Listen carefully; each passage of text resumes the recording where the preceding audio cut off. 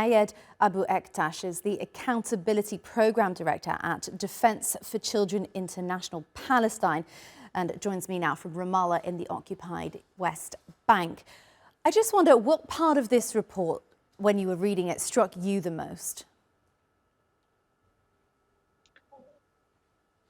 I think that Israel violated all the rights of Palestinian children in the occupied Palestinian territories, whether in the West Bank or in Gaza Strip. I think the Israeli practices in Gaza that lasted for more than 1 year touch upon all the rights enshrined in the CRC, the Convention on the Rights of the Child. It's not just about the right to life.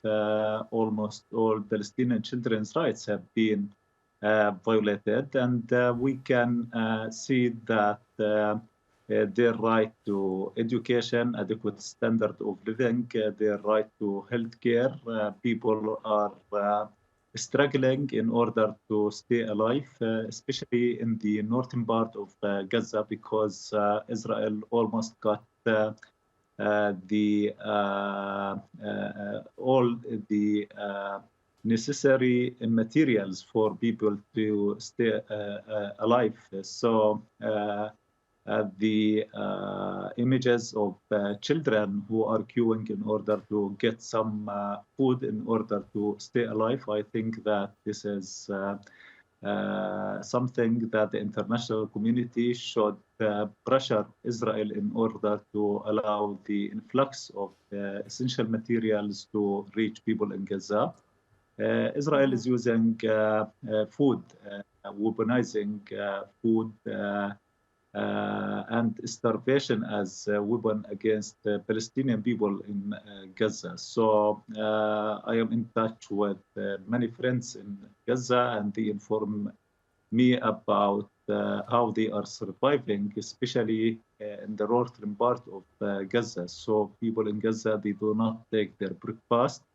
They just have one meal every day. And if they were able to guarantee this meal and the quantity and the quality of food, I think that this is because of the Israeli practices, and Israel is encouraging a group of people in order to attack the convoys of that provide for humanitarian organization that provide Gaza with food and other essential materials. So the whole situation in Gaza, I think that violates all the standards and the principles that the international community work in order to establish since the end of the Second World War.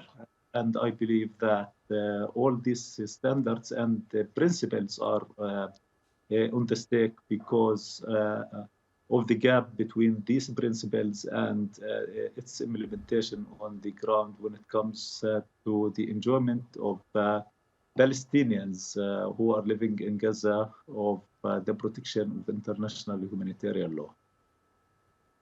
And the report makes the point that these difficulties for children, these encroachments on their rights, start even before children are born because they affect pregnant women. This lack of, as you say, an ability to get adequate nutrition will affect unborn babies. But of course, it goes on for decades to come. Even when this conflict does come to an end, these impacts on the children will go on for years. Why is that? Can you explain why that is and what the report says about that in a bit more detail for us?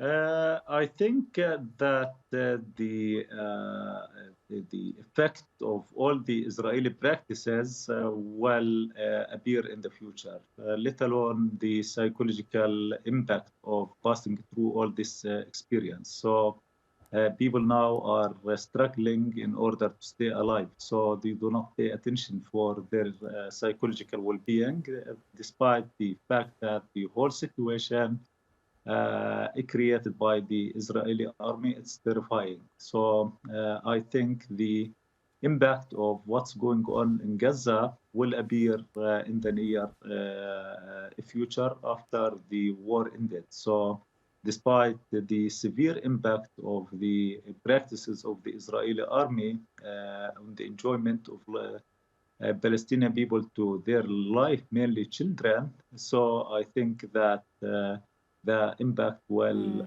appears in more clear manner after the end of the war, because children will go back to their homes, and they will not find homes. They will not find their schools, no hospitals. So the whole situation, I think, after the end of the war will be severer than what people are passing through. A severe and worrying thought indeed. Ayed Abu Eqtaish, thank you so much for joining us on the News Hour.